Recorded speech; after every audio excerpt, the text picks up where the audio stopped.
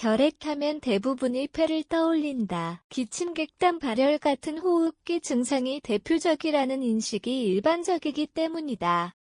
하지만 최근 의료 현장에서는 폐를 넘어서 다양한 장기로 번지는 폐외결핵 환자가 꾸준히 늘고 있다.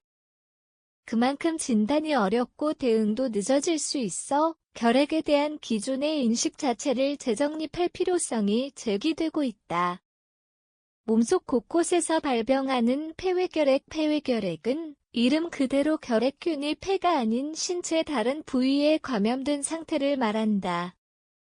림프절, 척추, 신장, 뇌수막 등 다양한 장기에 침투할 수 있으며 전체 결핵 환자의 20에서 30%가 폐외결핵 형태로 발병한다. 특히 면역 기능이 약해진 고령자, 당뇨 환자, 면역억제제 치료 중인 환자들이 주요 감염 대상이다. 예를 들어 경부 림프절에 결핵이 생기면 목 부위에 혹처럼 부풀어 올라 종양으로 오해받기 쉽고 척추에 결핵균이 침투할 경우 심한 요통과 함께 운동장애를 유발하기도 한다. 증상이 애매하거나 일반 질환과 혼동되는 탓에 조기 진단이 어려워 치료 시기를 놓치는 일이 빈번하다. 사진 출처, 폐외결핵 관련 이미지 챗 GPT 생성, 폐가 아니라서 더 위험하다. 폐결핵은 비교적 진단 장비와 경험이 축적되어 있는 반면 폐외결핵은 그렇지 않다. 결핵균 자체는 동일하지만 발생 부위에 따라 증상이 천차만별이고 일반적인 검사로는 진단이 되지 않는 경우도 많다. 예컨대 신장결핵은 혈류나 요로 감염 증상으로 오인되기 쉽고 뇌수막결핵은 초기 두통이나 발열만으로는 결핵임을 짐작하기 어렵다. 게다가 폐외결핵은 전염성이 폐결핵보다 낮아 질병감 시의 우선순위에서도 밀리는 경향이 있어 공중보건 대응도 상대적으로 소홀해질 수 있다는 지적이 나온다. 조기 진단이 관건. 하지만 어렵다. 폐외결핵 진단의 가장 큰 어려움은 결핵을 의심하지 않는 것이다. 증상이 비전형적이기 때문에 의료진조차 초기에 결핵을 떠올리지 못하는 경우가 많다. 일반 내과 또는 정형외과 신경과에서 타 질환으로 접근하다 결국 진단까지 몇 주에서 수개월이 소요되는 사례도 있다. 이에 대해 전문가들은 기침이 없고 흉부 X선이 정상이라도 지속적인 염증 반응이 있는 경우에는 결핵을 배제해서는 안 된다고 강조한다. 최근에는 PCR 기반의 결핵균 유전자 검사, 결핵 인터페론 검사 등 진단 기술이 고도화되면서 보다 정밀한 폐외결핵 확인이 가능해지고 있다.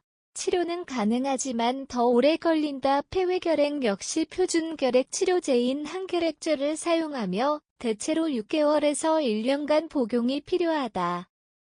다만 감염 부위가 뼈나 관절인 경우 치료 기간은 그 이상으로 늘어날 수 있다. 또 뇌수막이나 심낭 등 민감한 부위의 결핵은 의료진의 면밀한 관찰과 입원 치료가 병행되어야 한다. 치료 중 약물 내성 부작용으로 인해 중도 포기하는 사례도 있어 복약 관리에 대한 철저한 지도가 동반되어야 한다. 특히 다제내성 결핵균 감염이 의심될 경우 치료 전략이 더욱 복잡해지기 때문에 국가지정결핵 전문기관과 의 협력이 요구된다. 폐외결핵은 결핵균이 폐 이외의 장기에 침투해 증상을 일으키는 질환이다. 림프절, 척추, 신장, 뇌수막 등 다양한 부위에서 나타날 수 있으며 초기 증상이 비특이적이기 때문에 조기 진단이 쉽지 않다. 일반 결핵과 동일한 항생제 치료가 적용되지만 치료 기간은 더 길어질 수 있다. 이에 따라 의료진뿐 아니라 일반 대중도 결핵에 대한 인식을 확대하고 단순한 폐질환으로 한정하지 않는 관점이 필요하다. 면역력이 저하된 사람이나 비정형 증상이 있는 경우 결핵의 가능성을 항상 열어두고 진료와 검사를 받는 것이 조기 치료의 핵심이다. 결핵은 더 이상 단순한 폐의 병이 아니다. 전신을 침투하는 감염 질환으로 결핵균은 몸속 어디서든 숨어 있을 수 있다. 그만큼 일반적인 의심만으로는 발견이 어렵고 의심 없는 곳에 병은 더 깊게 자리 잡는다. 따라서 기침이 없으니 결핵이 아니다라는 통념은 이제 위험한 착각이다. 폐회결핵이라는 존재에 대한 사회 전반의 경각심이 필요한 시점이다.